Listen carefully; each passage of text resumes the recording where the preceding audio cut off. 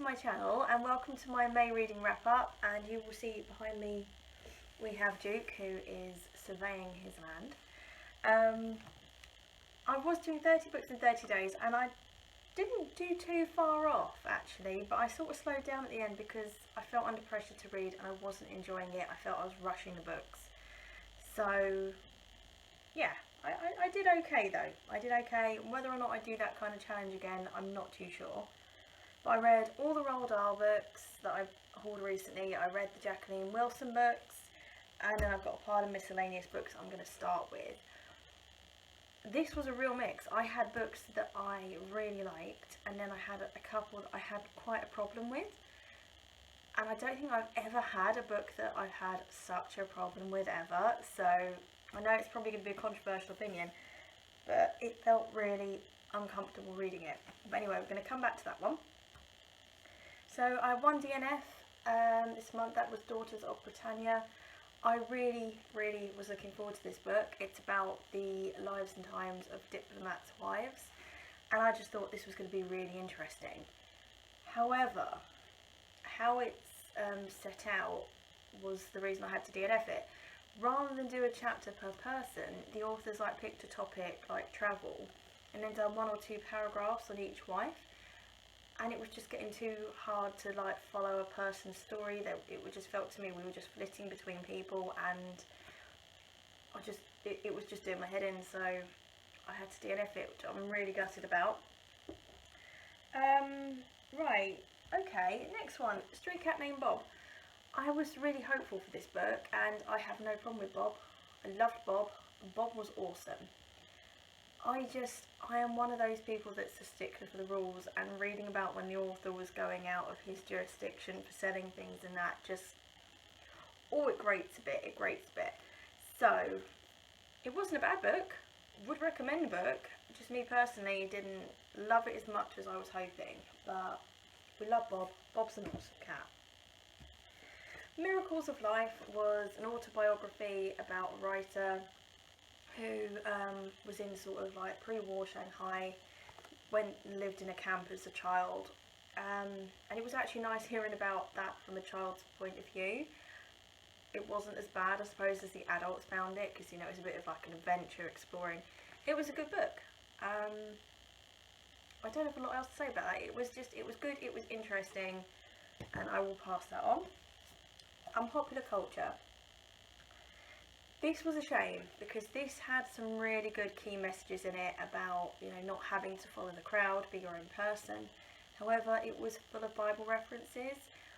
Now, I do follow a religion, but it's my personal choice, and therefore I don't feel the need to almost push it on people, and I felt that this book was doing that. And on the back it doesn't indicate that there's any religion involved. And it was a bit too full on, which was a shame, as I said, because the book had a really good message. So it was a bit of a mix, this one, to be honest. Anne Middleton, The Fear Bubble. I actually really like this book. I'd read some really rough reviews on Goodreads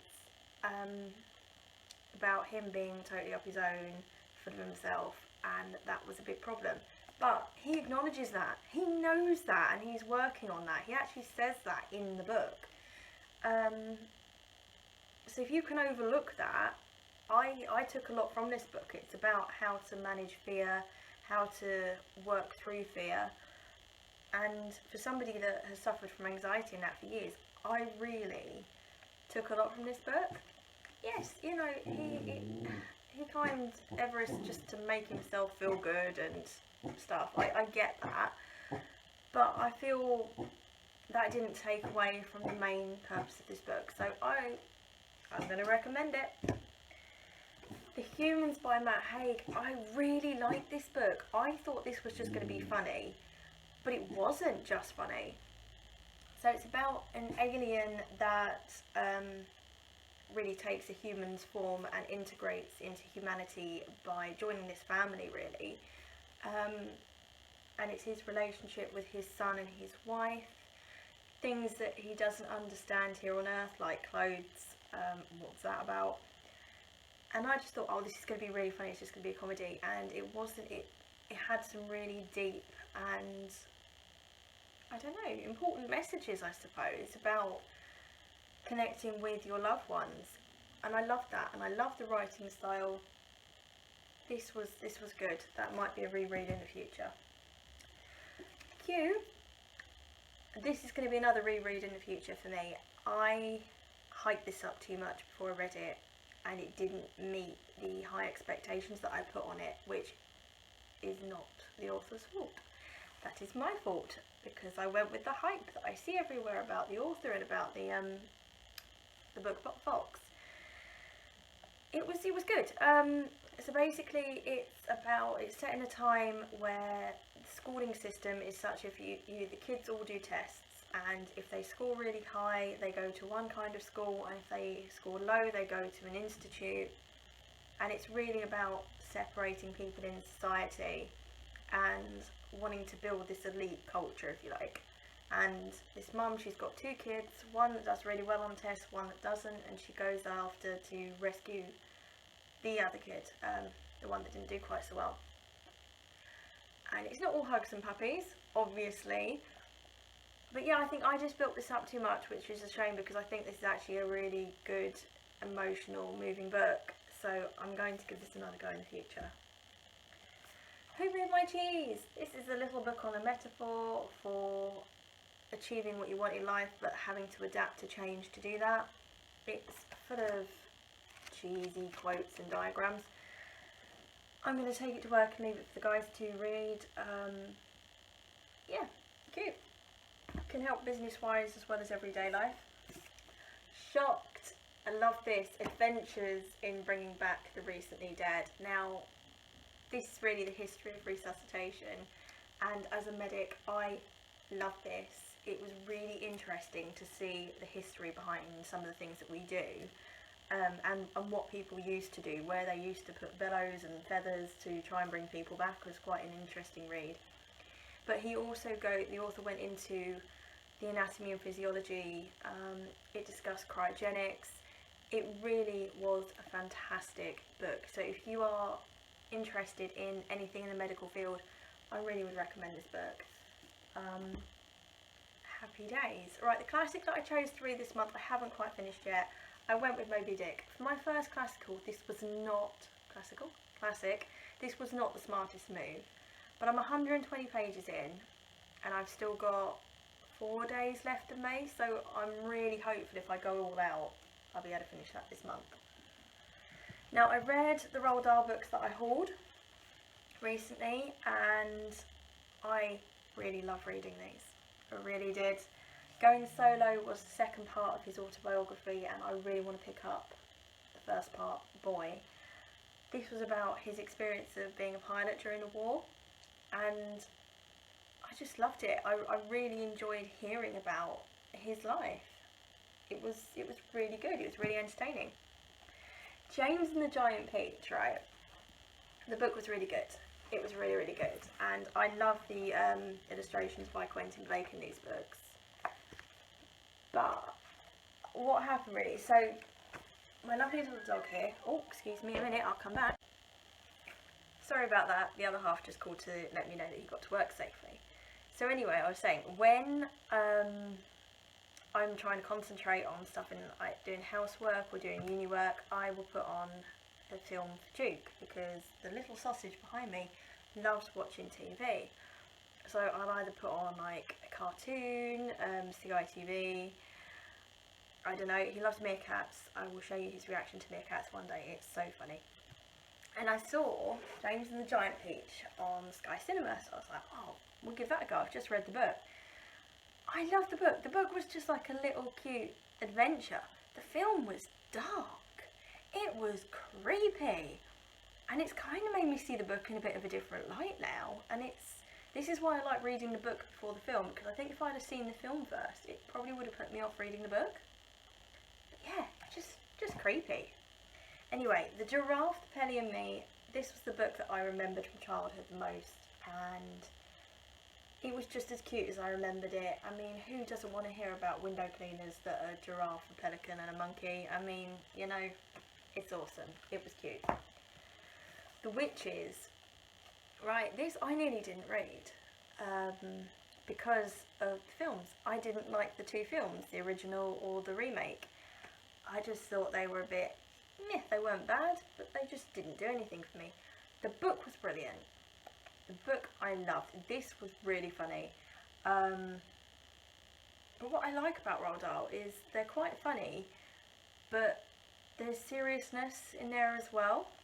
But yeah, this was a really, really good book, and I mean, look at the illustrations again, just absolutely awesome. Yeah, I'm actually pleased that I did decide to read that in the end. The Twits was as funny as I remembered it as a child. It was really, really good. I mean, animals win the day, what else can I say? Same with Fantastic Mr. Fox. Anything that the animals outwit the humans and are happy at the end is a winner for me. Danny, Champion of the World. I love the relationship between Danny and his father. However, the book to me didn't need to be that long.